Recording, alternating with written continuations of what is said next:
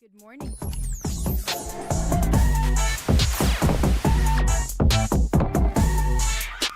Hey, yo, what the? Welcome to another episode of 10K TV, presented by 10,000 Takes. I'm your host, Adam Osdre, and always my co-host, Kevin Ohm, and producer Dustin Luca, and producer Ryan, where we cover all things NFC North, with Kevin backing the Packers, Dustin supporting the Bears, and myself riding with the Vikings. Kevin, divisional round in the books. Yes. There's been a lot of coach openings. Yeah. Primarily, how do you feel losing your defensive coordinator? Oh, did that happen? Is that the news? Now Is the that Miami news? Okay. Dolphins head Okay. coach. That's the That- news. That came literally on the drive over here. Okay, I did not see that. That's honestly, I was worried that like somebody got hit by a bus. Like I kind of had made my peace that he was not He going was to be listed as the front runner, and he already had a second interview, and so Yeah. like it was. He got it. He got I think one or two interviews last year, Yeah. and this year he had like 8. Yeah. Which I think that Jeff Hafley is a good defensive coordinator in general. Yeah, I mean, the defense didn't look awesome towards the end of the year here. Post Micah Parsons. I think it's more of, as I've seen more of Jeff Hafley over the first year he was in the league and now the second one, I think that it's more of like he gives really good answer at a podium. He's like the kind of guy that like he gives that answer about, we're going to be back here next week, so I'm not going to answer that. And like he's just kind of got a vibes thing going on that I think might be more than like his X's and O's defense, it seems like. Yeah. I mean, he's not a bad defensive coach, don't get me wrong, but like I guess because I think that like as far as like defensive success over a sustained period of time, I mean, Flores has a better resume than Jeff Hafley does in the NFL. And you look at like It's interesting. doing with what ingredients you have, Yeah. and like you look at the Packers defense now. Obviously, in the middle of the season, you lost, or towards the end of the season, you lost Parsons. The Packers defense significantly changed following that. Like, you had to like, how do we make up this void? And like that's where you then see coaching separate itself, I think. Yeah. And like that's where it was. I don't know. We're still waiting on seeing what happens. Brian Flores is still not with the team. He does, if you're listening to this, not live, and you're listening to this when it's posted, he does have an interview, a second interview with the Steelers today, on Tuesday. Yeah. I'm already with the surprise parting of ways. They I guess Tomlin resigned. It wasn't even a firing, but like, I mean, that's kind of like, seems like one of those. We've like, seen this in the past. Yeah, Yeah. so- like, you they can't fire mutually, back Here you go. mutually agree to part ways. I'm already made my peace that Flores, when that opening became available, I'm like, That feels- it's gonna be Tomlin 2.0. Mike Tomlin was with us before we went on to Childress, Maybe he'll come back. and then we let him walk out the door. He obviously then went to Pittsburgh, was there for a long time, never had a losing season, all that kind of stuff. Yeah. years. And so I'm like, Brian Flores will probably. It just feels very Pittsburgh Yeah, Steelers. it feels likely. So I think we might be in the same boat here in a couple weeks. But the Jeff Hafley thing, I mean, I wish I'd rather have him back, obviously. But I think the Packers were expecting this. I was expecting it. The Dolphins hired a guy from the Packers. I can't remember what his like specific job was, but he's their new GM. He was like the director of personnel or something like that with the Packers. And so it sounded like they were going to keep Mike McDaniel until they hired that guy, and then that guy was like, well, actually, I kind of want to get a new coach in here. Yeah. And so then they let go of Mike, and they hire Jeff Hafley now, and I think now that they have those two, the triumvirate will be complete when they sign Malik Willis as their new quarterback next year. I'm not even I'm kind of serious. Yeah, I'd be shocked if Tua is the starter for the Dolphins, if he's even on the team. I don't know. Because I don't know the ramifications. If they but, cut him, his dead cap is like insane. well, I'm curious what like the trade. I mean, because like the way you could, I guess, in theory, trade him and then agree to take on X amount. The cap can always be So if they were to cut him Yeah. this year, his cap or in 2026, his cap hit would be $56.4 million. His dead cap would be $99.2 million. Yikes. Yeah, that's not happening. Holy fucking Yeah, shit! They're gonna have to give away picks and Tua to a team just to be like, take this, please. Yeah. All right. Well, we've buried the lead long enough. We're still going to talk about some openings and whatnot because the Buffalo coach is no longer there, which I think was kind of surprising, but not. So we have some Malort we have to do.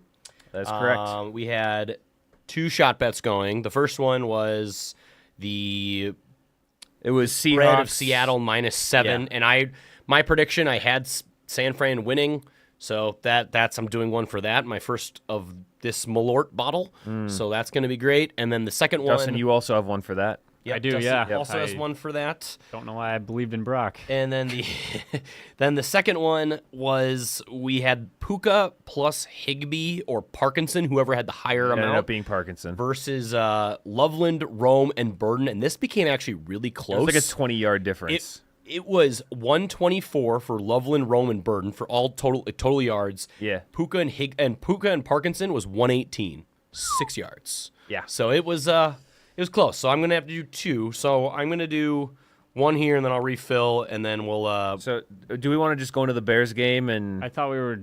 or what's the strategy? the here? next one that thought let's we were we're gonna gonna go start chronological. We're gonna talk about chronological. Bills Broncos. Okay. So and that can also segue with having McDermott being let go. So You take your first one because I only have one. All So right. you take your first one. I'm and doing we my first will one. I want to get this over segue with.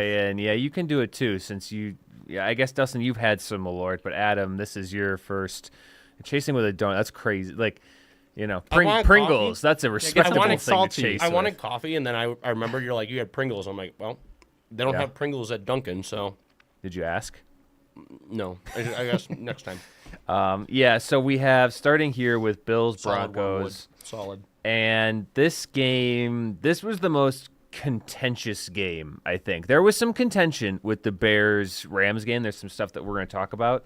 But this had, like, this was the game that kind of took over Twitter and it's still, yeah. like, and I said it in, I think in the 10K Discord where I was like, if I was a Bills fan, I'd be in jail, Yeah. like, tonight. Like, yeah. I would be out there just fighting the world. Like, I feel in this game, and granted, they did not play a perfect game. Josh Allen turned the ball over a fuckload of Literally, times. Buffalo outplayed Denver in virtually every aspect except turnovers. Yeah. Like if you look at just like the stats, I mean, it wasn't really remotely close in a lot of them. I mean, they converted 2/3 out of their third downs. They had 100 more total yards. They averaged more yards per play. And all of this while having 2 less drives, virtually the same passing yards. They had 183 rushing yards compared to 70. I mean, like, the only thing that killed them, obviously, were they held Denver to 1 for 4 in the red zone, but 5 turnovers and -4 on that, and then obviously 5 penalties, which most of those came in overtime on that final drive. Yeah. Yeah, Great. and the Second kicker goal. really, the one in overtime, or when overtime starts, and the first pass interference is the one that I take the most issue with because Yeah. I think there were 3 controversial-ish things that happened, and if we go backwards in time, there was a pass interference that basically put them into like gimme territory where it wasn't even a question they were going to make it. Yeah.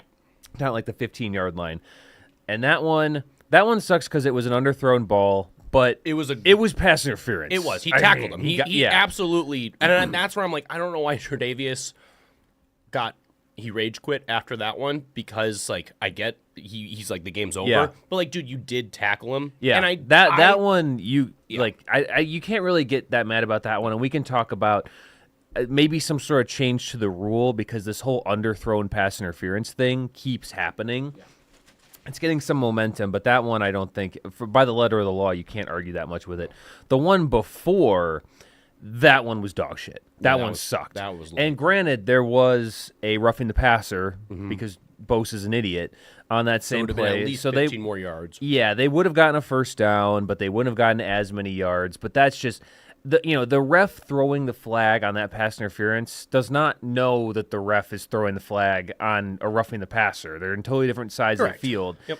That's just a shit call, and I hate that. I can't stand when you've been calling the game a certain way the whole time. They've been letting them play. They've been physical. Yep. And then in that moment, because the second pass interference made it an absolute certainty. You're not going to miss a 30-yard field goal. Yeah. But the first one put him into field goal range, and this is overtime. The Bills threw an interception, which we'll talk about here in a second. Mm-hmm. But any points win, and you just give them field goal range. Yeah. Like, that sucked. And it was a weak call. It was very weak. Yeah, and like in Sutton too, I feel like when you're a big receiver like Sutton and your kind of thing is contested catches, I feel like you kind of are forced into these jump ball situations, and you can't expect to get light pass interference calls because that's the type of receiver you are, and like. Well, there were other plays going the other way. Yeah, and they didn't call it. It sucks that it ends that way, but the people being really upset about the, both of them, and I'm like, they're not the same. I absolutely hate underthrown passes being defensive pass interference. It sucks that it ends the game, but he tackled him. So, like you said, I can't really be upset. And Nix just threw a 500 ball on that one. I mean, he was planting off of, spoiler alert, his foot with a broken bone in it, so that might be why he just totally let that one hang out there. Threw it straight up in the air. But I don't think that necessarily justifies everyone being like, oh, the Bills got screwed. It's like, yes, in that moment, it was a really bad break. But Josh Allen had 4 turnovers when he had 0 before that in the playoffs. And so let's talk about the interception in overtime, because there were some Josh Allen turnovers that were just bad. They just weren't good. It's an interception, a fumble, stuff like that. But the interception in overtime I thought was very interesting because we've seen this type of thing happen a couple times this year. We saw it later this weekend. Mm-hmm. In the Bears-Rams game, and it was called differently. So this one, he threw the ball. Who was it to? Cooks? It was Brandon Cooks. So Josh Allen throws a deep ball to Brandon Cooks. It looks like he comes down with it. The DB is kind of like over his back, and then they both hit the ground, and the DB rolls away with the football. Yeah. And they called it an interception. Yeah. And I am still trying to figure out how I feel about this. I don't think that Cooks had firm possession of it in that. Like, I don't consider that in the Devontae one that we saw even remotely close to being like 1-1, because Devontae caught it, made a couple steps with the ball, and then it was all collision. Like, it wasn't like they both went up for it, and as they're falling to the ground, it was kind of one fluid motion. Yeah, and that's where I'm still shot people, whatever, are going to come out and just be like, look at this. It's like, okay, but if you actually watch it live, it was such a bang thing, and I'm like, the Bills got away with what should not have been a catch like a month ago with Khalil Shakir. I don't know if you remember this, where he was behind the defender, arms around him, caught he was holding the football while the defender had the ball, and they fell down. The defender came away with it, and they ruled it a catch for Shakir, and I think then that literally led to them kicking a game-winning field goal. It was it was one of those things where not saying karma's a thing, but I don't think that Cooks had clear possession of it, and everyone's like, he's down, but yes, but he has to. It's different. He didn't make a football move. Going to the ground, that's not making a football move. Here's where I landed on it. Calvin Johnson, you got to survive the ground. I generally agree with your outcome.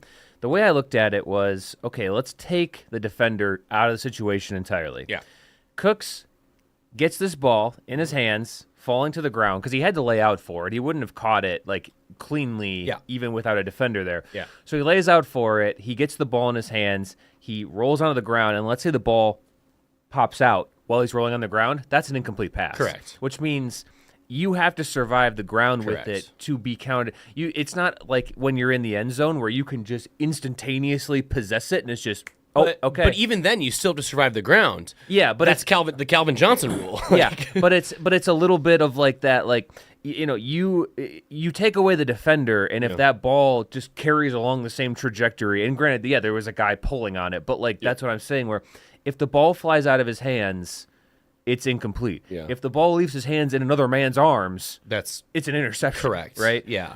And I just want to say that against the Bears, Evan Williams had an interception on this exact play, and they just didn't do anything about it. Was this in the? This is the second Bears game? Yeah. Yeah. Yeah, and they just called it incomplete. And I was like, but the ball never hit the ground. Yeah, this is where you What? should be able to. You should be able to challenge the calls that the refs make. It's a stupid rule that Maybe- they just get to get away Maybe with. the it. refs should be full-time employees. Maybe they should. And maybe they should be held accountable by someone I other believe than that. like the council of refs and their little You know, their hoods up. my like, problem chanting. with this was how quick it went over. Yeah. Like they really did not take time to review this at all. Because they did a They booth just said- review, didn't they? Yeah, it was I New think they York. did an New York expedited reviewed it. Yeah, Yeah, because it's It it's a gets turnover, reviewed so in New automatically York. reviewed. But they like reviewed it, like you said, very quick. Yeah, it was Which is- like And they didn't really. They were like, They didn't yeah, really- no, it's interception. Like yeah, they didn't really explain anything. They didn't really show much as Yeah. they reviewed it because it was so quick. They really didn't have time But to. that's where I think give it's you a couple funny. We're angles. like, okay, so would people feel a lot better if we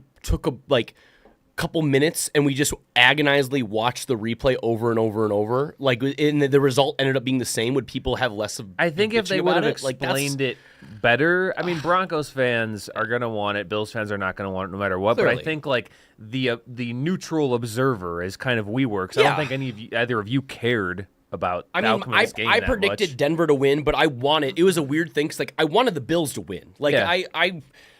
I really very much like watching Josh Allen play football, and like clearly my fantasy teams acknowledge that. Like, you can attest to it. I've had Josh Allen like 4 of the last 5 years or whatever. That's because Josh keeps drafting him, and then I drafted him. you got him. I've this year. drafted. That happened one time. But like no, it was like 3 years. no, it wasn't. I've been drafting him. I've drafted him like most of the time. But Either way, Josh Allen is fun, and that's what I was looking at here, where it's like, even if Bo Nix doesn't get hurt at the end of this game, which he did, and he will miss the rest of the playoffs, so now we have Correct. Jared Stidham, Yeah.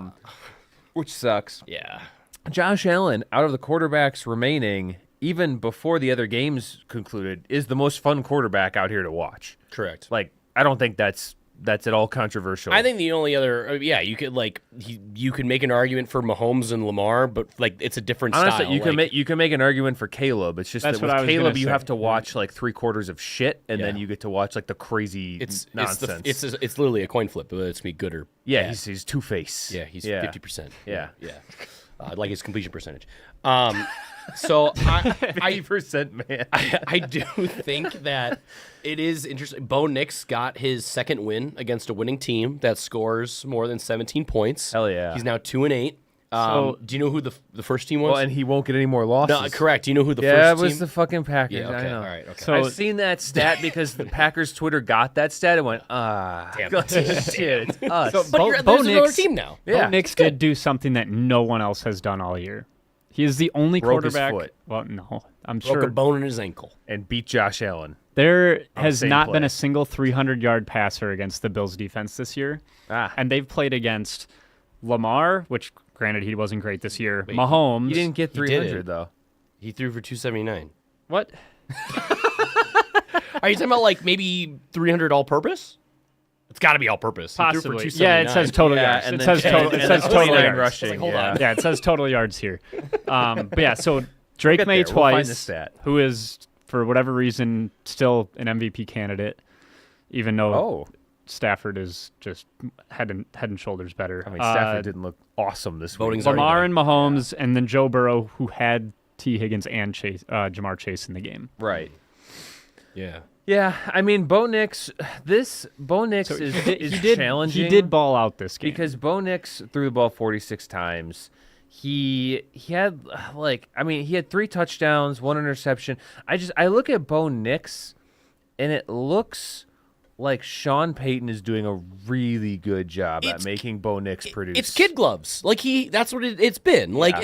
and I feel like he tough. doesn't, because like in this game I saw like on deep passes, which is 20 or more air yards, Bo Nix was 3 for 4, 84 yards and 2 touchdowns. On Yeah. the opposite side, Josh Allen 0 for 9. Yeah. 2 interceptions. That's, by the way, those 9 deep attempts are tied for the most deep passes without a completion in a game since they've started tracking this data in 2016. So, Jeez. I mean, look at the quantity though. Four times, and like, Well, and that's how they've played all year, though. They've been a dink and dunk team. Yeah, it's it's death by 1,000 cuts. Like that's what this is, and I think, I don't know, it's not aesthetically pleasing to watch. No, it's not like a fun brand of football because they also, it would be something if they had like a Bijan or something like that for the ground game.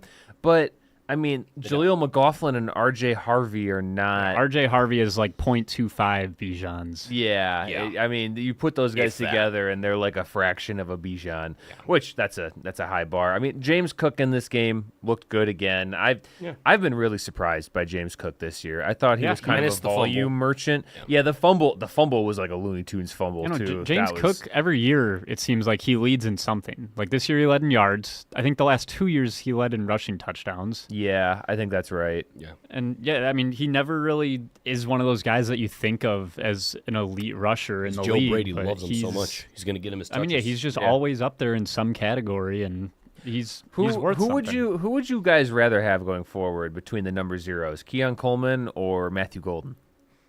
Because he had 1 for 10 on 3 targets in this game, and he was getting out targeted by. How old is Keon Coleman? Like 25, 26? I mean, I would say I'd rather have Matthew Golden because I guess we know more about Keon Coleman. We have more. We have more data. Oh, Keon Coleman's only 22 though. Keon Coleman's 22. Is he only 22? Is he younger than Matthew Golden? I don't know. He's 20. They're both 22. Oh, so he must have just been Keon like Coleman, a year. was this his second or third year? Second year. Yeah. Yeah. So I don't know. I mean, Dalton Kincaid looked good in this one. This is like the Dalton Kincaid, I think if you're a Buffalo fan, that you hope you get. The problem is he just can't really stay healthy.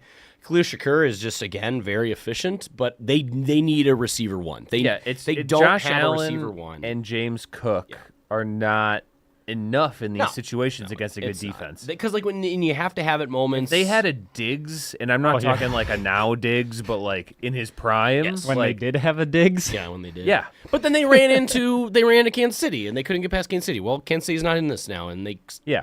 But if you take that team, if you take that team that got bounced by Kansas City like 3 years in a row, put them here, I think they win. You know, it's like they got rid of a guy and they never replaced him. Yeah. They also let Denver score 33 points on them. Yes. You know, if you were to put 30, if they put 30 points up on Denver at Denver while also having 5 turnovers.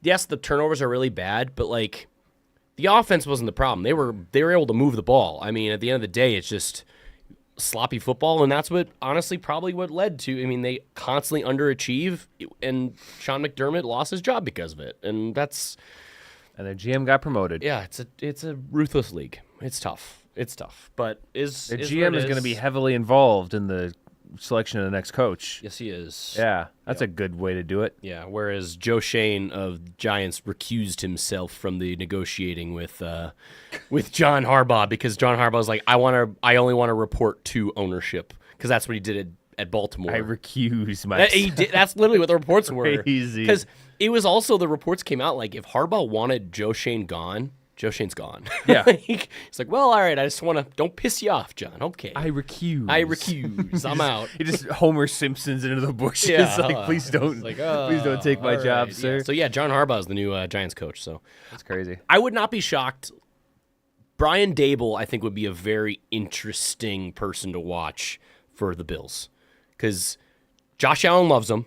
Yeah. He already knows. He was the OC, right? He was the OC before Joe Brady, and like when Josh Allen was like insane. Like obviously he's been still very good. He won an MVP under Joe Brady and all that. But it would be very interesting to keep an eye on Brian Dable because I don't know. I feel like they're gonna go to, hey Josh, like what do you want? Because it's a delicate situation. You don't want to, and Josh isn't the type of guy that being like, I want out of Buffalo. Like he's fully embraced Buffalo, and like I don't think he would hold them hostage, but it's an interesting kind of case study of like the energy of the Packers had Brett Favre and Aaron Rodgers and only got 2 Super Bowls out of it. Yeah. The Bills have had Josh Allen for 9 years. That's crazy. And they haven't gone to a Super Bowl, much less won one. Like, there are so many things that have to go right, and when you don't have all those pieces like that, or you just get unlucky a couple years. Yeah, this is the first Patrick time. Mahomes, like 14 seconds or whatever that was. 13. Yeah. This is the first time that Mahomes as a starter will not be playing on Conference Championship weekend. That's bananas. I hate that fucking guy. I hate that guy so much. It's crazy. So, all right, let's move on to the next game. And his wife.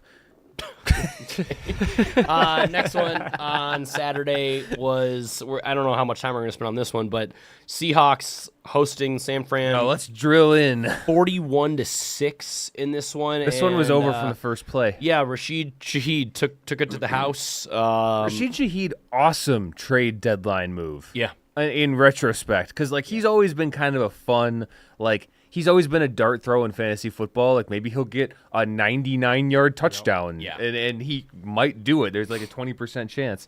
Yeah. But getting him, he gave the Seattle offense something they don't have, which is like a burner over the top, because JSN is kind of the do everything X receiver.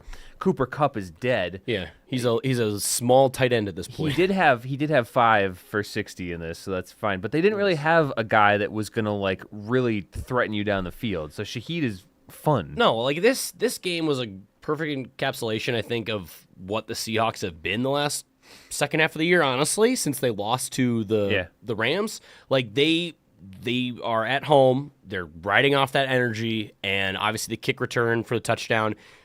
49ers got punched in the mouth like they did the last time they played at the end of the regular season, and they couldn't match Seattle's intensity. And they never got anything going, and they were already down Kittle. Then they lost Tonjes to a Achilles thing again. Like, and after he had a couple of nice, they're moving the ball a little bit, but they were completely outmatched intensity, energy-wise, momentum, whatever you want to call it. And like Seattle, I feel this team right now it's like an avalanche. Like, once it gets going, you cannot stop it, and like you have to.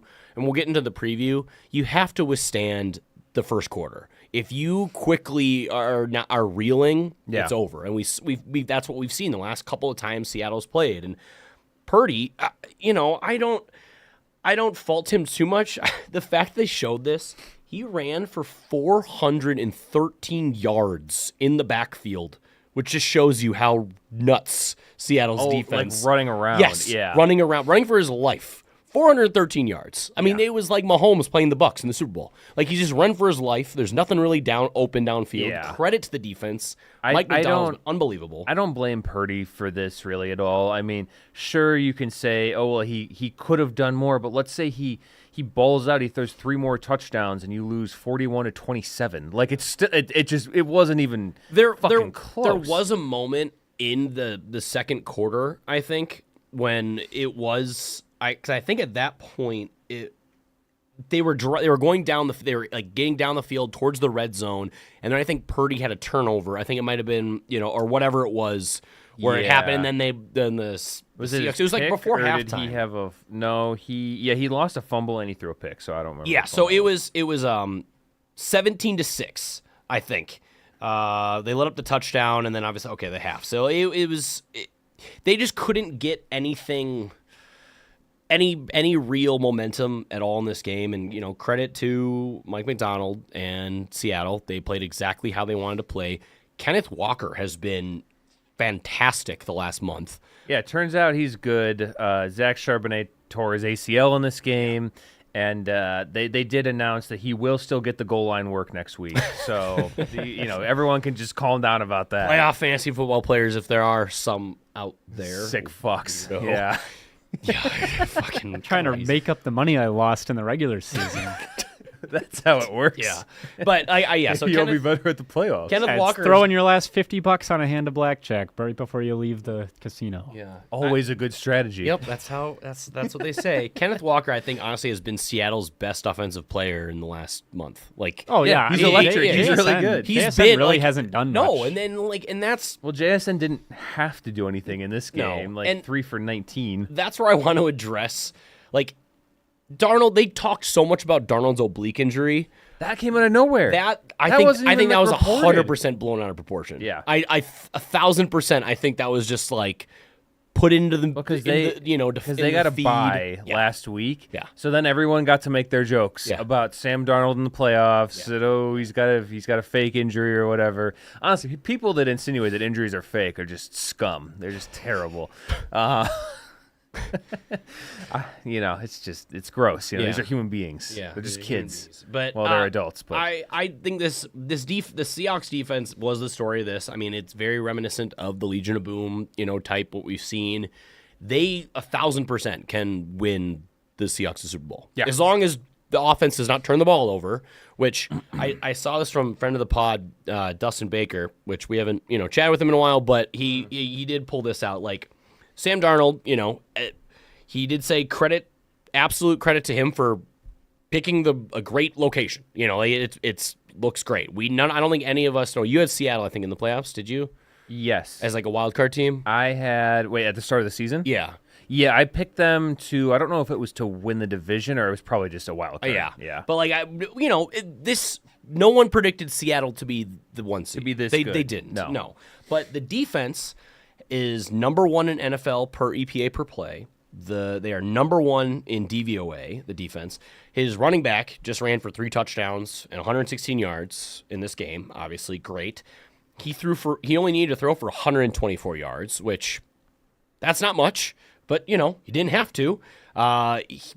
Before we knew what was going to happen, he could have been looking at playing the 16th best team by DVOA at home in the Bears. Like, it would have been unbelievable. Your team sucks. All of this while he's been the 8th worst quarterback per EPA plus CPOE since the start of December. So he hasn't played great. He hasn't. But he's played good enough. He's played good enough. We'll talk about Patriots-Texans, but you can tell when a quarterback with a great defense plays good enough and when they completely shit their pants. Yes. And we'll see. We're going to see how it goes because the Rams and Seahawks, they've played obviously 2 times before. They've split their season series, and their numbers in those games is crazy similar. I have those, and we'll talk about it. But it should be a good one because this was a snooze fest. So NFC Championship probably gonna be much better than the AFC Championship. I hope. I would imagine. I hope. So, all right, on Sunday, the Houston Texans traveled to New England, take on the Patriots in a really gross weather game. This game was really and just gross performance. This game I was about to say this game sucked, but this game kind of rocked. Yeah, if you're a defensive purist, nonsense. if you like defense, that's what this was. Patriots win 28-16. I don't know how they got 28 points. Well, I do because C.J. Stroud. Yeah. But an ugly game for both offenses for the most part. But C.J. Stroud and the Texans, C.J. Stroud might actually stink. Yeah.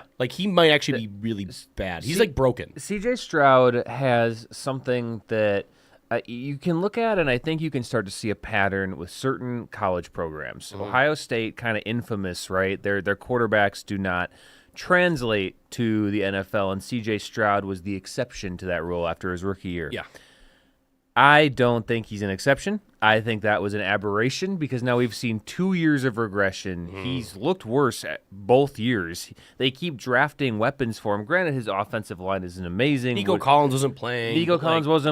His tight end weather got hurt. Was really His bad. other tight end, he threw such a bad ball. He shredded his knee trying to catch it. Yeah. Woody Marks always leaves the game. Feel awesome and had a very hilarious fumble at one point where he bounced off of the pile, ran around, and then fumbled. Yeah, it was So all that to say, the offense had issues, but the biggest issue was C.J. Stroud. Yes, C.J. Stroud looked lost. He looked confused. New England's defense is good.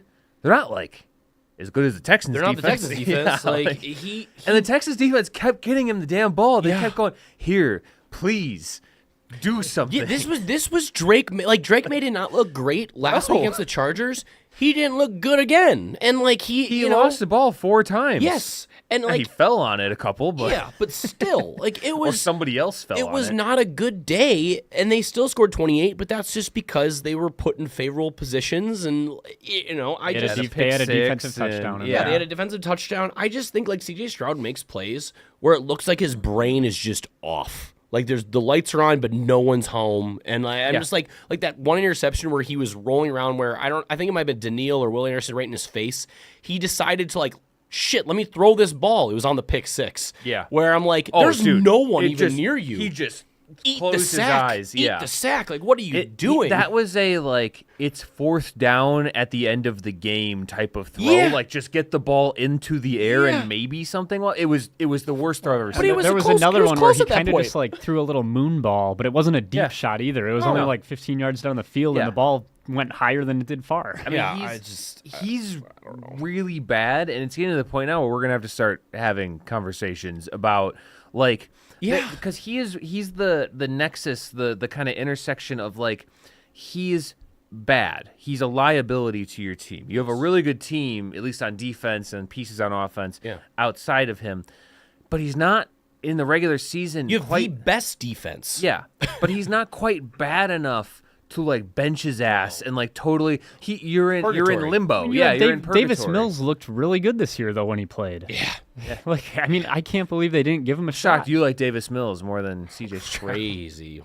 Crazy. I've been compared to Davis Mills. That's true. You look like Davis Mills. and Mike Glennon. Long lost brother. The love child of Davis Mills and Mike Glennon. Oh God.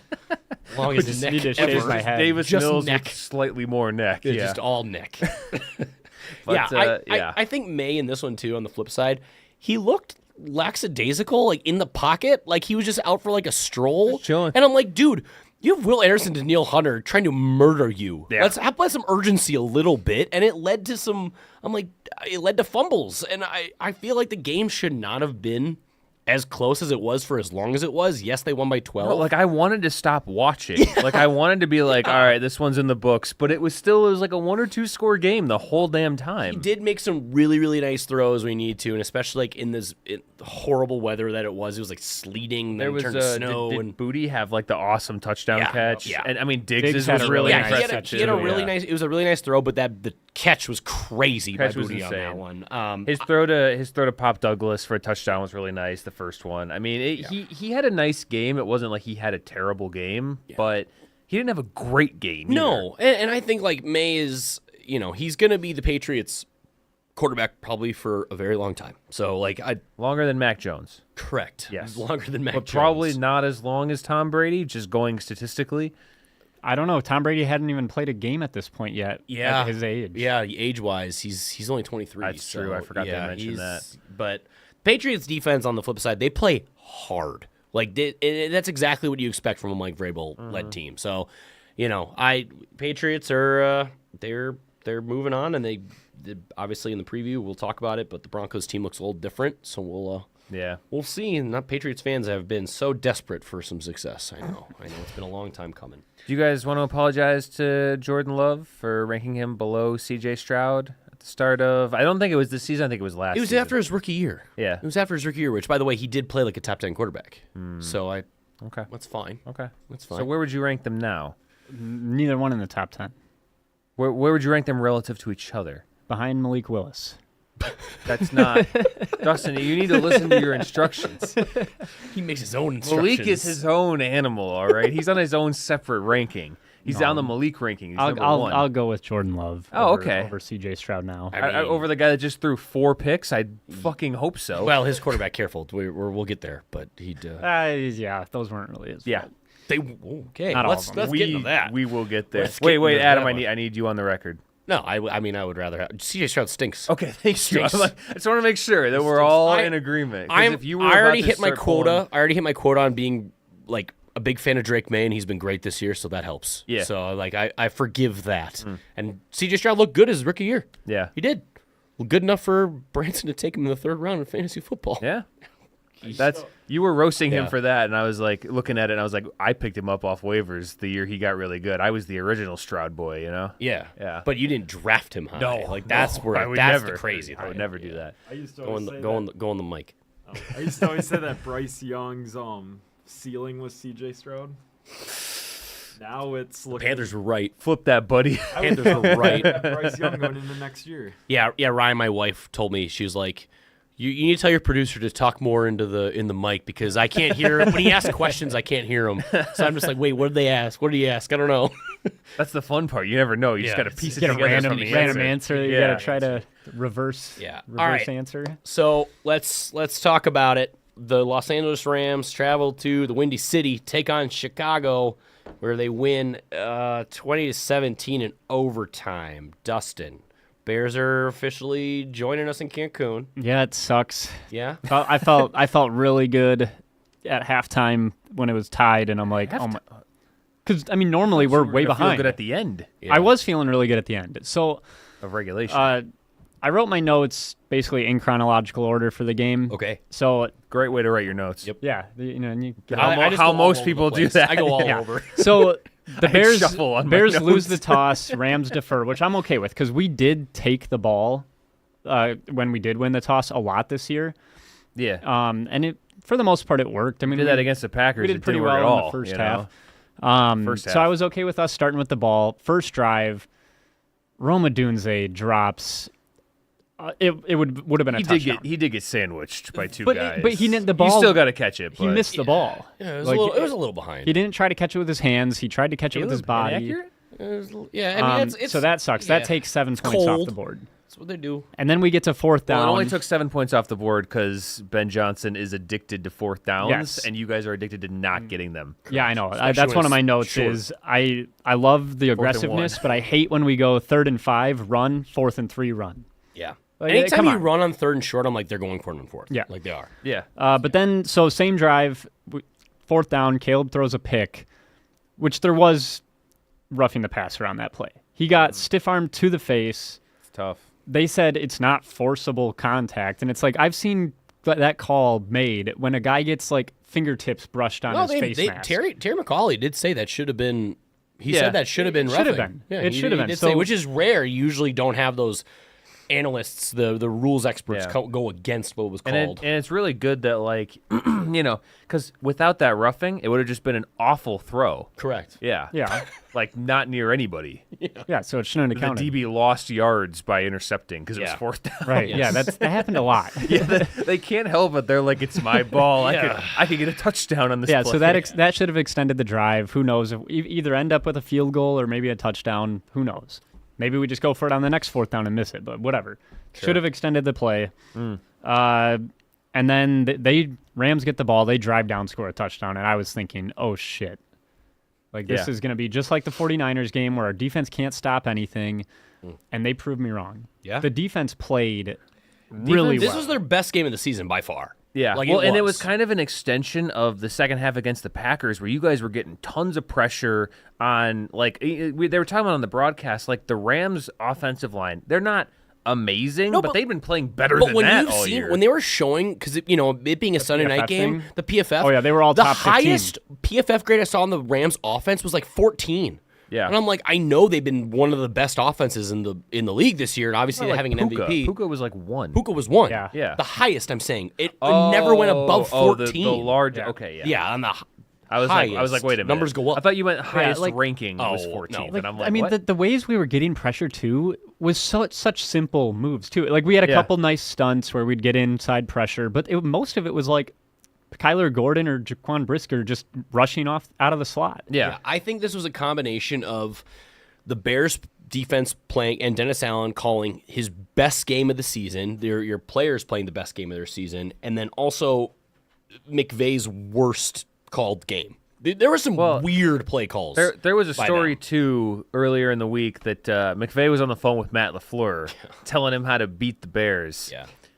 I don't know, man. It feels like maybe don't. Yeah. There was a funny picture I saw though, where it was the two of them talking, and they were like, and Matt LaFleur's caption was, "Make sure your kicker doesn't miss." Yeah. It was like, oh, it's so simple. It's genius. Damn. Yeah. Damn. But yeah, on the other side of the ball too, Ozzie Trapillo not playing. So then Tooney had to jump over to tackle, and Played really well, though. McFadden got his did. like, I don't know, 10th snap of the season or something. I don't even know. Yeah, if he they were played this talking about him on season. the broadcast. I think that was But he felt. played really well, and they also made a comment in the like halfway through the game where they're like, yeah, the Bears have ran to the right side 13 out of 14 times.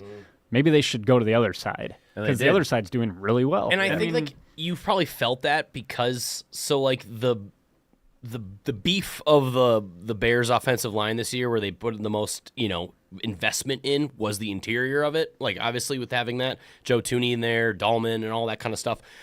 I think that's where you felt it on the short yardage runs where they had some trouble doing it. Obviously the weather doesn't help. Like you can't cut as much. You're a little bit playing it like you're in sand. But I feel like it hurt them where like when they got in these 3rd and 1s, 4th and 1s, or whatever it was, there was a lot of times where they just got absolutely stuffed or in the backfield. Landman for the Rams, he's in every play. He's Yeah. everywhere. Yeah. I could not believe it. I'm like, okay, there's Landman again, and it's just such a preposterous name, and I just I can't believe Landman's everywhere. but- Show on Peacock. I know. Tune in. Billy Bob Thornton's all over the place. But, It's just a psyop. yeah, To get us to watch seriously. Landman. Well, it's on NBC. Yeah. We're watching an NBC program, so I don't know. I feel like it was odd for McVay on the flip side, but I don't know why it took him so long to utilize Kyron Williams in the ground game, because Yeah. when they started doing that, yeah, he was it getting worked. like 7, It 8 did. yards a carry Yeah, and towards I'm like, the end. And why I get you want to have Stafford throw a bunch, but the receivers, like, they're not able to get separation because I feel like they don't have firm foot. Like they can't can't play as fast as they normally do. No. So it just They made some plays when it really counted. There was a really nice 4th down call on the Rams' part with Puka kind of getting him like out on like a jet sweep type thing. Dustin, I want to talk about Caleb Williams because in a certain group chat during this game, before the game was over, right after the miracle fuck it Komet out there somewhere play, you said that you said last week on the pod sometime that within the last Caleb couple Williams weeks. is the guy. I did. My jaw dropped to the floor more not during say that. that All right, than, so than the play. I remember what we were talking about. It was you asked me if I still liked him or if I didn't, and I said Like we do every week because you don't. I said you never give us a firm answer. because all right. So what I said was is like I don't really care about the off the field stuff as much as long as we're winning and he's playing well. Doesn't even have off the field problems. He doesn't. He paints his nails. Just fruity. He's just Gen Z. He's zesty. That's it. You're like, I don't care about the off the field. Like he's beating people or something. And he's like, I painted my nails today. Yeah, ooh, I've been a nasty girl. Like You're that's like- all he's doing. You're like Rasheed Rice. Fucking Caleb Yeah. Williams. God, Oh be a man. man. Come on. Like, Be a man and hit somebody. Caleb Williams was not. He was not good in this game. Like he wasn't. And he wasn't good last week No. either. Like in totality. Caleb Williams, I was trying to describe it to my dad because he was texting me about this game. And I was like, I think the Bears in Caleb Williams have Aaron Rodgers, except most of the time he sucks. Yeah. Like they have the crazy Hail Mary, like throw it and it just happens to work somehow, magic. Caleb Williams. But then he can't hit a corner route. he is like Will Levis with more positive than negative. Like Will Levis is all negative, but Caleb has the positive. 51-49 instead of 49-51. Like I don't know. Like that play was crazy. Yes, It was insane. But that's not a like. Look how good Caleb Williams is. He ran backwards. I saw who was it? It was Trevor Sikkema. Yeah. Previous, interview guest Yeah. several years ago. He said there are like 2 quarterbacks in the league that could make this throw. No, there aren't. No. There's plenty of quarterbacks that could go, just fucking throw it as hard as they Bo Nix did it on a broken ankle and he got a pass interference. I still don't 40-yard know. pass isn't insane. I still don't know what Kobe Durant, who by the way had 2 picks in that game was doing on that play. It was shades of like the Minneapolis Miracle where that Saints safety just took out his own Yeah, no, guy. when I It just saw- full brain fart. Because you couldn't really see Komet and him at as the ball went in. I was and you just see how far sure away Komet was, and it I was was a sitting there, massive push-off. and I was like, please no flag for push off. Please no flag. yeah. And And then that was they the showed only it. explanation I could think of. But it really wasn't. Oh, Adam, I was do a want little to bit, I but do it want to wasn't say enough to we were on Will Reichard's side there, making the spider cam guy look like an idiot trying to follow Caleb Oh my- Williams around. Well, and also there was a kick in this game that I don't even know. I think it was in this It was one. the knuckleball. where Yeah, I'm like, it was Nevis's first. I couldn't see, or like there was one where the spider cam was not ready, and I'm like, we didn't see what happened in that kick. I'm like, but I guess he made it. oh It yeah, was no, one that of was Santos's because I was kicks. sitting there and I'm like, Oh, was where's it? the Oh. ball? I'm like, where was the spider cam guy when we were playing? Like, okay, fuck you, but it's fine. But So you are now on the record. Say it on the pod so that we have it for posterity. and so we actually know Caleb Williams is the guy. He is the guy for the Bears. Yes, I'm supporting him. So if you're saying you were given contracts don't matter, equal opportunity, Justin Fields and Caleb Williams, who are you picking to be your quarterback? Caleb, I've said this year though. A time machine for Justin Fields to bring him back to the same age as Caleb. Yeah. I've said this year multiple times that I Okay. would rather have Caleb. You guys have Yeah. asked me this like 4 times now. Okay. Just all right. I've So said Caleb every single time. he's the guy. Yes, I think he's. Are you gonna get a He's still jersey? young. I think you have no, to get a I jersey. did just buy a Loveland jersey, Joe. Though. Why the fuck? Because he's white. That's the least surprising thing it, Dustin. ever. All right. So that all right. that 14-yard Komet pass jersey too. traveled a total of 1,428 miles. Sorry, wait, no, that's the miles to Hang on, Cancun. what? Sorry, that's the miles from Chicago to Cancun. That Went was cheap. 51.2 air yards. I mean, that's Did it really? Yeah. He threw Yeah. it from the 40 and it landed like halfway through the end zone. it went Oh, I guess it was 51.2 kind of air angled yards. too. Yeah, it was 40-some plus deep in the end It's on a zone. straight line. So I mean, yeah, it was craziest 14-yard touchdown. I think. So here's where I'm going to defend Caleb Williams on this game. So we had Adunze drop that first possession touchdown. Okay. We had Luther Burden dropped 2 passes. Yeah. Loveland dropped at least 1. Okay. You got hurt for DJ your team. DJ Moore did not even know he was supposed to be on the field or something on that final throw. So Dustin, here's He was jogging the whole way. I've seen That a throw was lot of terrible. I've seen a lot of discourse about that, and I think that, like we say on the show often, 2 things can be true. Yeah. Thing number 1, DJ Moore was jogging Yeah. and was not giving and it's not it the full first time effort. that's happened No, this year. and this either. is a pattern of behavior, and you should probably cut him. But like, But if he had run, he would have been farther from the ball Yeah. because that was a crazy underthrow. yeah, yeah. The DB had to break off of the post and come get it. Yeah. He had to like He had to come make a dive and back catch. towards the field to get it. Yeah. So it's like DJ Moore's not catching that I- ball, regardless of how fast it's going. both of those players are at fault. But the thing that I look at in that play is that it was 2nd and 10. Second and 8. Or 2nd and 8. Yeah. You were almost in field goal range. All you win the game. You needed needed was a 15 field yards. goal. You need 15 yards. And Caleb went back there. You had He Menungai wasn't- underneath. He wasn't under pressure. He must have taken 8 hitches in the pocket. He had forever. Mm-hmm. And then he went, and threw it. And it was Favre-esque, honestly. The Gas- Saints game, Caleb Favre. Williams is Brett Favre. Like it's a coin flip a lot of the time. Like he has crazy arm talent. He can make these most ridiculous plays and throws and that you're ever going to see. But he also can have these what the fuck are you doing situations. And I'm like like his second pick, he had Zacchaeus wide open, like over the middle, and he went for another deep shot. And yeah. I was sitting there, and I'm like, Zacchaeus is wide open, like as the play's going on, and he throws it, and I'm like, all right, someone better be there, and nope, no one was. I don't know. I think the Bears had a great year. They obviously, you could say they overachieved just because it was Ben Johnson's first year. Caleb Williams' completion percentage going down below Abysmal. 60%. Yeah, so Dustin, I'm going to read you his Not good. combined stats from the playoff run, all right? Oh.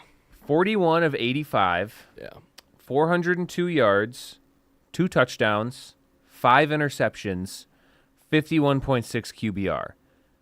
not and great. you factor in, let's hypothetically say that 1 in a million last touchdown doesn't happen. So you're going to lose more yards. You would lose an interception too, but you'd lose a touchdown. You'd be at 1 in 4. I think Ben Johnson can help Caleb Williams. I do. I don't think that this is like you guys should cut Caleb Williams. He's still young. He needs to mature. I think it's the brakes crazy. need to be pumped. If this exact same game happened, and I don't want to be this guy, but if Jordan Love did that performance in the playoffs and the Packers lost, he threw 4 touchdowns, we lost, and he's getting blamed for it. If he threw 3 picks and we lost, I don't know, man. Yeah, It feels like Caleb Williams gets so much slack because he's so exciting. Yeah, and he's. I mean, he's if you count last year, last year was terrible. We had nothing was good about that team. he had a better last year. completion percentage. Yeah, but that doesn't matter. I mean, I think he matters. still improved a lot this year. Okay. In his, like last year, he would tuck the ball in and run a ton. Yeah, he didn't do that as much concept this year. that he can function better in a Ben Johnson offense. He just needs. you can keep working on that. Then an Eberflus and what's his name, Shane Waldron. Yeah, and this was their first year working together. We didn't. Obviously, no one expected the Bears to do what they did this year. Bears fans did. And then I don't think it was. You said Ben Johnson's the best coach in the NFL. I think he is. When we did our rankings before he even coached for the Bears. Okay. So you clearly thought they would do this. I thought, I didn't think they would win the division. I thought they would make the playoffs in a wild card. I didn't expect the best them coach to in the NFL be that close would, to going to the championship. Get it on game. 4th down more than half the time. Yeah, no, Do you wish? Well, he do doesn't you, have a. Do you think? He can't do what the players are doing? Do you think they should have gone for 2? Calling the plays. Do you think they should have gone for 2 after that miraculous touchdown? It's easy to say yes now. Well, yeah. I in know. hindsight, yes. But I'm saying, like, in the moment, I was fully expecting them to go for 2. Yeah, I feel like I would I have done feel like that we too, have and had now pretty they got good the success chance, going for but 2 this year. I feel like God came down from the heavens and just gave you a little gift, and you should. the way the game was going, though. They already got the Pope. But the way the game was going, our defense was playing awesome, and they did in that first possession in overtime. Oh no, yeah, it ended up being fine. It should have been a safer play just to go to overtime. It made sense. I think it's crazy that Sean McVay just said, "Yeah, well, let's go to overtime." When he had 2 timeouts in like 17 seconds with the MVP, I'm like, when you could just try to get 20, 15, 20, 25 yards. I actually think Ben Johnson made the correct call, probably, because you're at home, you're in the elements, the Rams are not looking awesome. You go to overtime. The problem is he didn't grab Caleb and be like, hey, don't throw an interception when we're almost in field goal range. And that's where his maturity level hopefully will improve next year. And if speaking of maturity, your coach learned how to shake another grown man's hand. That was cool. I saw it. He watched stopped. the tape. He came to a full stop with both feet, and he shook hands. Zero. He doesn't respect Matt LaFleur. 0 feet per second. We've known this. In either direction. He doesn't respect Matt LaFleur. He respects Sean McVay because Sean McVay's like the Godfather. Sure. That's why. Yeah. He's like Matt LaFleur is like the lieutenant. It's like McVay doesn't like him because he was disrespectful to Matt. Yeah, but he lost, so he's like, well. I'm curious to see what he would do if they did win, though. I don't know. He probably would keep it going. He's 1-0. Yeah, it's working. I don't know. Sprint. I just, Shout out to Bears. I guess Instagram and TikTok. You guys were very upset at me last week. That comment to like ratio was pretty staggering. I wonder if that same energy is going to happen this week. I want to toot my horn. I've been pretty good with picking like what's going to drive a lot of engagement. No, because it's like last year it was the Lions fans. And this year it's the Bears fans. Because whoever goes, I didn't think we get this far. Shit. And then they're like, gotta be I angry. don't know what to do with my hands. Yeah. I have seen a lot of Lions fans like victory lapping when they're like, see, look, Ben Johnson shits his pants in the playoffs. Like, why are you? That's not a good thing. That's a weird approach. I saw a post that was like the Lions are still the most recent NFC North team to make it to the NFC Championship game. And I was like, that's as far as they've ever gotten, Kevin. Cool. Kevin, like that's as far as you didn't even win. Yeah. Like you lost to a rookie at that point that didn't have a defense. I have 2 more things. God. Right. One of them is actually against the Bears. It's a bad thing. Oh, okay. I don't know how these didn't get called, but did you guys notice Montez Sweat jumped early twice? Yeah. And there were weren't a lot of offsides times when calls? you guys were lined up offsides. Oh, yeah. But I'm well, like, even last I get week. the lines are not. Even last week, the Montez graphic Sweat isn't got official. That was like the easiest call to get. Yeah. like in there's the world. there's two people just sitting there being like, yeah, he's clearly over the line, but like Well, one Well, of them, there I was think, a one point of them he last jumped week- and the offensive lineman flinched. Yeah. So it's a neutral zone. Or no, I think that happened in the other direction, and Caleb got a free play and got like 30 yards out of it. Yeah. And it should have been a neutral zone infraction. As someone who watched Aaron Rodgers get mad about those, Yeah. like his whole career. yeah. Yeah, like Montez Sweat in the Packer game got talked to about lining up in the neutral zone. Because like they don't always call it the first time. I'm glad they talked to him and didn't throw a fucking flag. Well, because usually they do that. They'll do that with the offense too. If like you're not lined With up on the- receivers? yeah, they'll say like hey- Sometimes though they say, "Yeah, you're good," and then they throw. Who they do that to? Was it like Zay I think Flowers it was or something? no, it was like a Titans player or something like that. No, it was He looked right at the ref and went, "Yeah," and the Yeah? ref went, Was it Calvin yeah. Ridley? And then they threw a flag. As soon Oh, as the who play. was I feel like it was the Titans though. Let's see. But my last thing, going with the defense, it happened at least twice that I noticed in the game. I get try to strip the ball when you're still like kind of outside of field goal range, but when it's third down and you have the guy wrapped up, just tackle him. Get off the field. Don't try to get a turnover when you're gonna get the ball back on the next play anyways. Yeah. Like it just. I don't know. I think the aggression. It was Terry McLaurin. Yeah. where he's lying on the outside. He goes, "Good." Yeah. And the ref goes, "Yeah, you're good." Yeah. And snap, flag. Bitch. He had him in fantasy when he was missing games. He's like, that's what you get. I in my head, I'm like, Terry probably like talked some shit about a pass interference that didn't get called. It's that guy's just like, I'm gonna fucking get you on this. This is my moment. This is my time to shine. All right. We're good to go on to the championship weekend here. Before we do, Truth Hurts says Caleb gets slack because he paints his nails. Yeah. I feel like he gets slack and negative slack for that, depending on who you're asking. There's been a lot of like Warren Sharp was. I was convinced like Caleb Williams' team like paid him. There's been a lot of glazing going on, and Yeah. like I get it. Like it was a crazy play. Let's not act like it was like I think the Stafford throw where Devontae had that crazy catch was like better. Like it was a cooler. Yeah. It's just a different type of like he just threw it up in the air and it was a hell of a play, but it also should never have been even close to being completed. But Yeah. but whatever. So congrats. And then I also have one more question. What would you guys do? Because it was really controversial this weekend on the overtime. You win the coin toss. Oh, I feel like you gotta defer. You go defense first. Then you know what you need. You have more. Yeah. You have more information. You know if you have to be aggressive on fourth down. Like if they didn't like in that situation, say it was that 4th and 4 or whatever, the Bears would kick a field goal. What like, I if don't, it what was I don't tied. understand is, to me, it seems like so the differences in the regular season and playoff overtime. Difference number one: you can't tie in the playoffs. You have to keep going until something happens. Yeah. Right. Thing number two: 15 minutes, not 10. Yeah. Whole fifth quarter, basically, and you don't have to use that whole time. No. It's just it's the same rules. Just- Both it's teams get just to there. possess, and then you just go.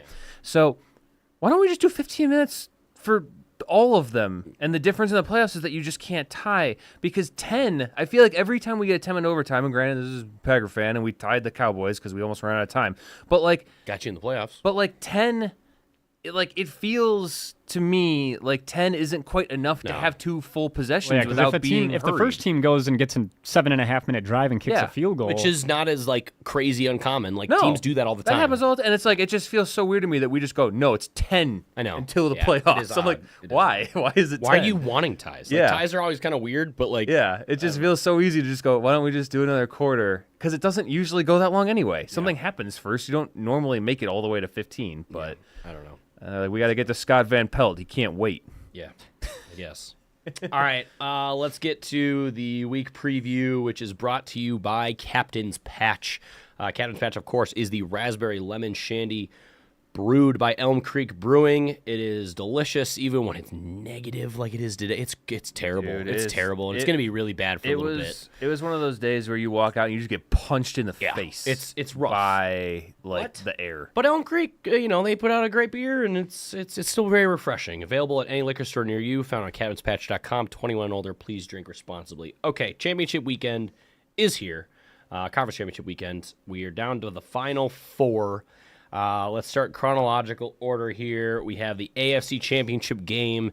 The number 2 New England Patriots travel to the Mile High City, take on number 1 Denver Broncos. Play at 2 p.m. on CBS.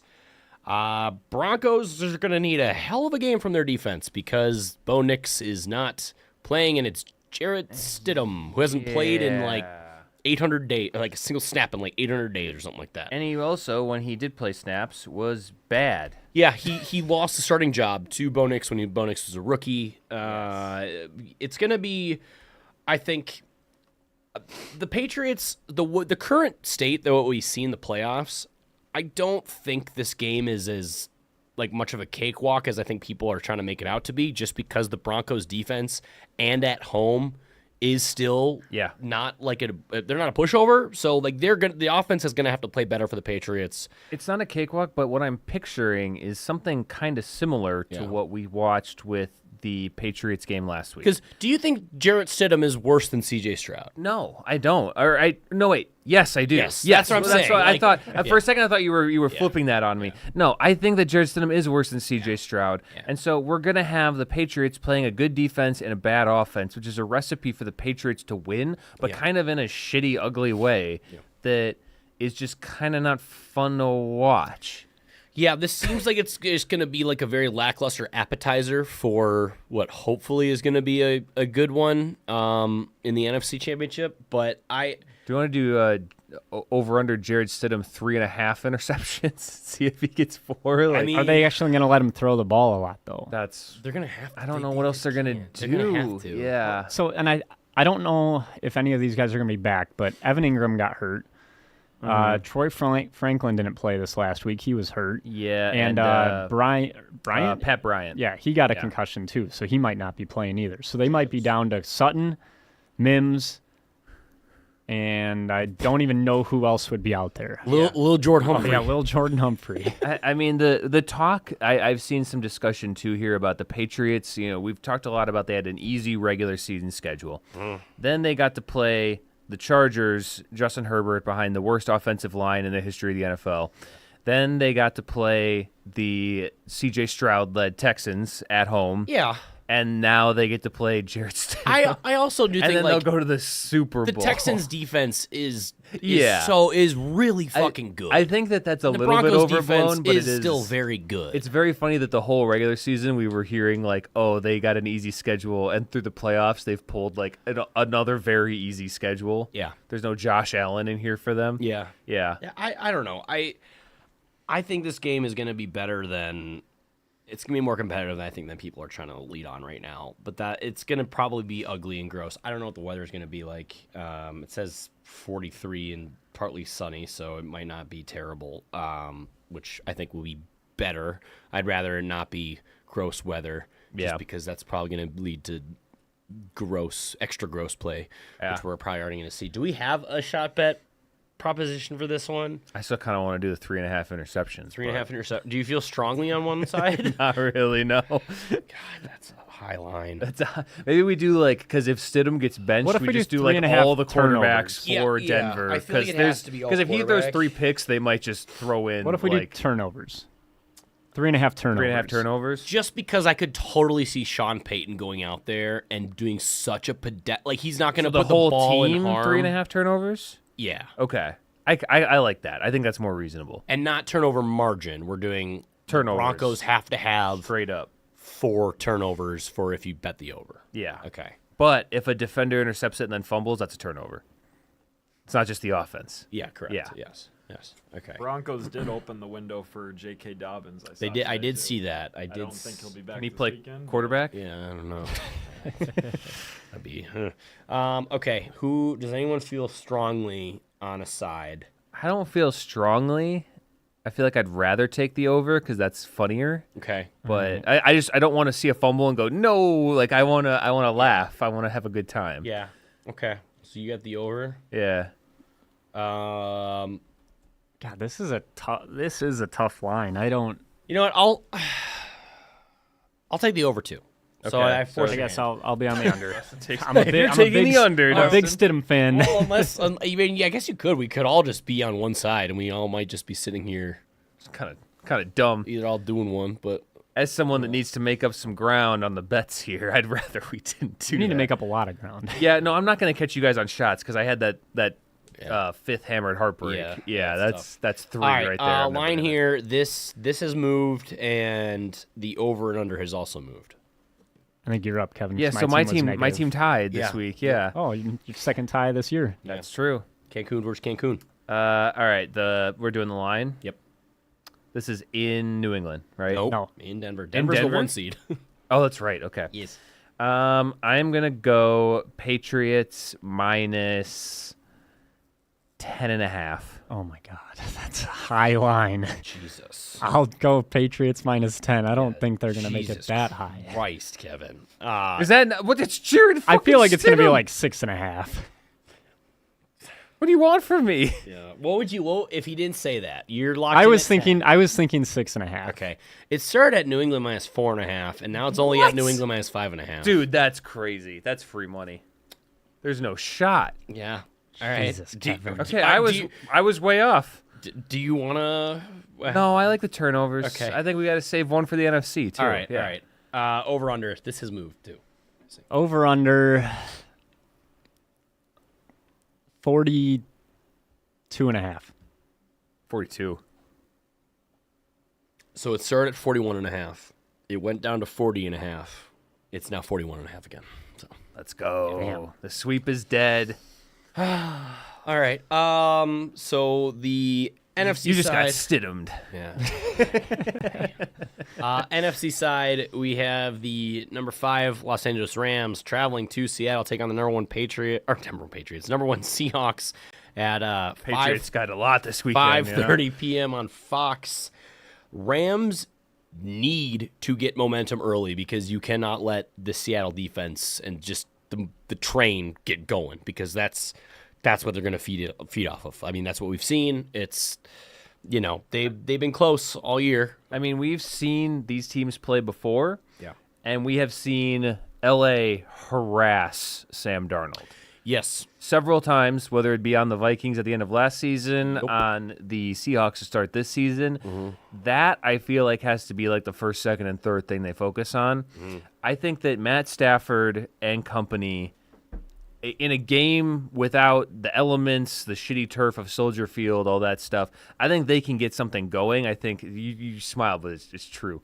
I know. I'm not. I'm not denying I was it. like, we're gonna dispute the shitty Soldier Field turf. I think that from an offensive standpoint, I think the Rams can do something against the Seahawks defense. They did it, kind of to start the last game that they played. They got out to a lead, and that's because they were able to harass Sam Darnold. And eventually, he did pull his head out of his ass, and they had a comeback. But this game, he is kind of, I think, like the fulcrum around which this game turns is what Sam Darnold does. Yeah. And I think like this. So you mentioned it. Like, I think the Rams defense, because clearly the Seahawks, their offense has been going through the run game and kind of opening up, finding JSN occasionally, but JSN has clearly not been what's killed teams. For Not the in the Seahawks second half of the offensively. season. Yeah, and Yeah. so I think you need to see the Rams fluster Sam Darnold early, but at the same time have to stop. They can't let them just have Ken Walker, rip off run after run, or being so involved and kind of putting them in third and favorables. Yeah. So you have to. It's going to be very interesting to see what Chris Shula, the defensive coordinator for the Rams, does in terms of game plan. Just because it's kind of sounds crazy, but you almost want the Seahawks force them into passing situations, which is crazy to say to the team that has the leading receiver in the NFL, but if you get them into an obvious pass third down, Yeah. then you can pass rush, then Yeah. you can hit Darnold. you let Byron Murphy and Jared Verse tee off, and it just, you need to let your pass rush be able to actually do something, because your secondary is held up pretty well. I mean, against the Bears, they looked pretty solid for the most part. They had forced 3 interceptions, and Darnold can get a little squirrely with the ball. I will be curious to see what Seattle's plan is for Puka, because the last time they played, Puka went for 200 plus. Yeah. It was a very light Puka game against That the was Bears. after Puka's terrible, horrible, no good, very bad week. of Correct. saying awful, terrible, stupid yeah, things doing on the some internet. very dumb things. Yeah. But so it will be interesting to see what the defenses do. I mean, that's the That's the name of the game. But Yeah. this year they've split their season series 1-1. Points scored in these games: Rams 58, Seahawks 57. Total yards in those two games: Rams 830, Seahawks 829. That's insane. Damn. Yeah. So it's been just I'm as excited. razor thin margin as you can have. I am going to be so fucking disappointed if this one is like not close and fun. Yeah. Because this feels awesome. Yeah. Is this one at night? I think Yeah, it's I the think 5:30 the the Rams. 5:30 game. Okay. I think the Rams have a major advantage here. Not even though they're not at home. I think Really? they have more guys that have been there. I mean, Stafford has Okay. won a Super Bowl. Darnold has not looked good in a playoff game Got his first playoff yet. win? Yeah. Yeah. Yeah. Last year he we didn't saw ever him do look anything. like shit. This year he really didn't have All to of a go sudden out his there much. His average point differential in the playoffs as a Seahawk is plus 35 though. That is true. Helps when you have. Sample I guess size I'm not going to say one. good Yeah. defense. But yeah, And I added that little caveat about as a Seahawk. Yeah. I was But I mean, carrying a lot of both weight. games, like we said in the regular season, were close. If I remember right, the first game wasn't that close until the very end, and the Seahawks didn't really have a ton of a chance to come back. No, the Seahawks were trying to make a comeback, I think, in the first one. And the second one, they did make a comeback. But the second they one lost had that 21-19. kind of crazy 2-point conversion that it was a backwards yeah, that pass was or the second whatever. one, yep. So Yep. without that, they lose that game. Yeah. I mean, So I think the Rams have had the upper hand in both games, minus the last couple minutes of the second one. Yep. And yeah, I just think their players are going to be more ready for a playoff environment than the Seahawks are, because the Seahawks really weren't tested last week either. Yeah. So I just They think got the bye week Rams. Rookie Part head two. coach versus I think the Rams have a major advantage here team. with their experience, and I think they should be able to win this one. Not super easily, but I don't think it'll be as down to the wire as the second game was. You think the Rams? I'm picking the Rams, yeah. Do you want to make that Well, the we shot all bet? we all Just picked the winner? Rams in the Super Bowl, so I could go Seahawks, so I don't give a shit. It worked for me last week. yeah, that's true. I'm with you on the other one. Yes. Pick the Rams. I mean, I have the Rams as my prediction.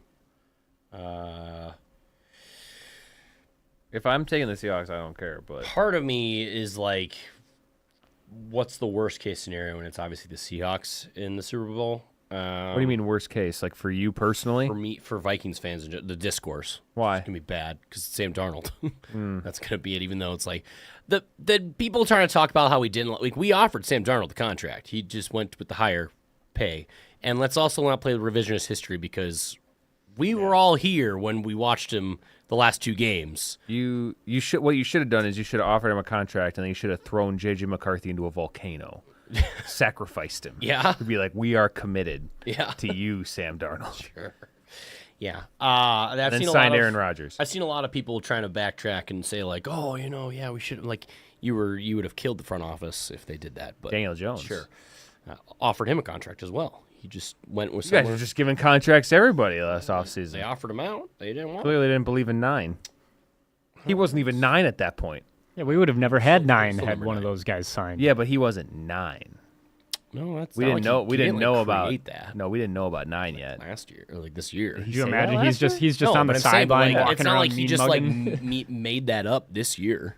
I do love how whenever a quarterback has a shitty game, it's just the underbite Photoshop of the 9 picture where like the CJ Stroud was the one this week and just Yeah. so mad.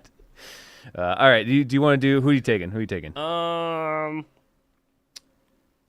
I'm gonna go on the Seahawks side. It's against my prediction, All but right, Dustin I is went by against, himself on both bets. I went against the Seahawks last time, and it didn't work out. So I'll go with them this time, and we'll see if it reverse jinxes anything. Welcome, brother. Okay, thanks. Go Birds. What do the Seahawks say? I don't think they say don't go say Birds. go birds Go Hawk down. for midterms. All right. Line has moved. Over under has not. 12th man. Line. I don't know. Let's say Seahawks minus 4.5. They say, "Let's go Seahawks." That can't be right. All right. What'd you say? Sorry. 4.5. 4.5 Seahawks. I don't hate that. Give me 4. So it started at Seattle -1.5. Woo! Seattle -2.5. You're an idiot. Damn it. Yeah, we're going gentlemen's out here. Yeah. All right. We're not. Over under. This has not moved. Over under. I'm gonna say. Give me 40. 46.5. 47. Yeah, it's not gentlemen's. 47.5. That's exactly what I was thinking too. Oh, yeah, that's exactly what I was thinking. You were thinking 47.5? Yeah. Why didn't you say that? Because Yeah, I would have given you a ding, ding, ding. yeah. I don't need the ding, That ding, would have dings. counted as a sweep, honestly. Yeah, You would have I gotten. would've. That would have erased Yep. what I did. Yep. Guy's losing twice this week. Look at that. Oh, I'm not. Look at that. No, we had a good season. Dustin, did I send you the picture I made of Ben Johnson and Matt definitely LaFleur? repeatable. No, I don't think you 'cause did. That would have been like bragging, but I used the Chat GPTs to make a Ben Johnson Matt LaFleur handshake version that was in Cancun. It's them, shaking Yeah. Cancun. Yeah, so it's good. It's good. It's good. Yeah, I had to crop it. It made Ben Johnson really fat for some reason. Probably because I think because he was like hunched over in and the his picture. sweatshirt yeah. was probably AI hates Ben Johnson. AI's a like little bit. Ben Johnson's fat. This It guy hasn't seen the sucks. shirtless pic. No, Yeah. it hasn't. Yeah. I wonder if he's shirtless right now. Do we before we go here? Indiana. Yeah, we want Indiana. Yes. I, Miami. I don't give a shit at all. I don't care. Signetti. Sure. Kurt Signetti, baby. I do like how angry he is all the time. Yeah, That and how makes me how laugh. positive Fernando Mendoza is. Yeah. It's just Yeah. fire and ice. Just Yeah. like, oh, I just hope both teams have fun, and Kurt's like, fuck everybody. Just wow. All right. Yeah, you know what? I like can't that. get over like Fernando Mendoza is the love child of Kirk Cousins and Jared Goff, like personality and Yeah. just like game wise. Yeah. It's odd. I think he could be good. Like he's probably gonna be a Raider, but like I don't know. I just think it's He reminds me of a lot of Brock Purdy. okay. I don't know. Yeah. What, you think he's going to go last? in no, the draft? but the way that he plays a lot like Brock Purdy. He's the anti-Brock Purdy. I don't think he does at all. But all right, we can agree to disagree. I don't know how Brock Purdy plays. I mean, he can run if he needs to, and he's a solid passer. I mean, technically any quarterback can run if they need to. His last name is Mendoza, Kevin. is he not white? His last name is Mendoza, Kevin. Is he? Oh, yeah. I guess I never put that together. Fernando Mendoza. But Brock Purdy, White. Brock Purdy's Brock Purdy, Mexican. Mexican. Yeah, remember that graphic? Wait a minute. Okay, all right. Thanks for listening to our Purdy, episode Mexican. of 10K TV, presented by 10,000 Takes.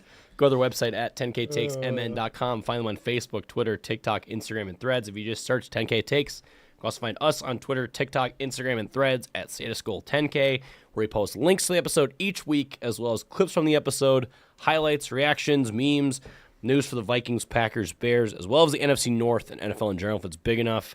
We only have 3 meaningful football games left in the NFL season. Jared Stidham. Possibly two. Possibly 2. God damn it, you're right. So possibly 2 Jared Stidham games.